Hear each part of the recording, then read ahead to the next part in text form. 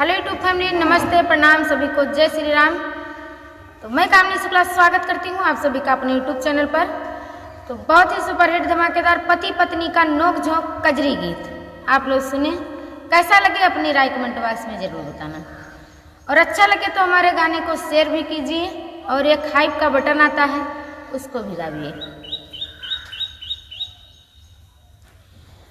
हो कहती बाट मोरा जियरा ना जरा पिया झगड़ा ना मचाव पिया नाय। कहती बाट मोरा जियरा ना जरा पिया झगड़ा ना मचाव पिया नाय। हो कई के आयो तू कमाई पैसा या कौना देखाई, कई के अइला तू कमाई पैसा या कौना देखाई, पैसा या कौना देखाई, पैसा या कौना देखाई। हो झूठी बतिया ये हाँ झूठी बतिया तू हमसे ना बनाव पिया झगड़ा ना मचाव पिया ना। झूठी बतिया तू हमसे ना बनाव पिया झगड़ा ना मचाव पिया ना।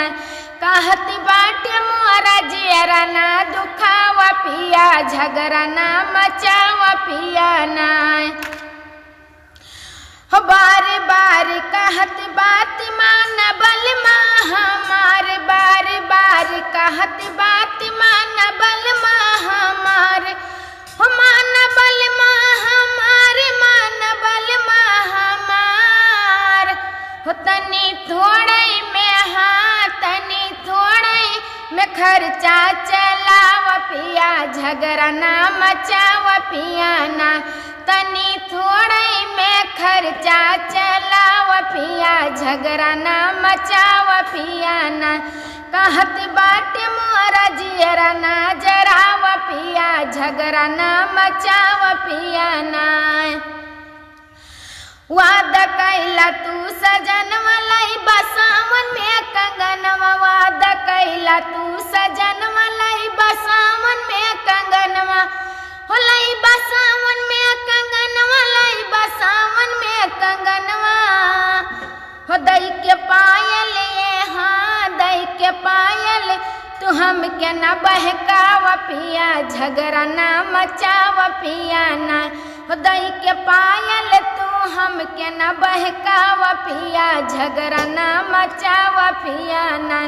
कहत बाटे मोरा जियरा ना दुखाव पिया झगड़ा ना मचाव पिया ना। हो कजरी बीत गए सारी चुंदरी लायो ना हमारी, कजरी बीत गए सारी चुनरी लायो ना हमारी, चुनरी लायो ना हमारी, चुनरी लायो ना हमारी। ऐ भोर होते हम हाँ भोर होते हम नहीं हरे पठाव पिया झगड़ा ना मचाव पिया ना। भोर होता हम के नहीं हरे पठाव पिया झगड़ा ना मचाव पिया ना।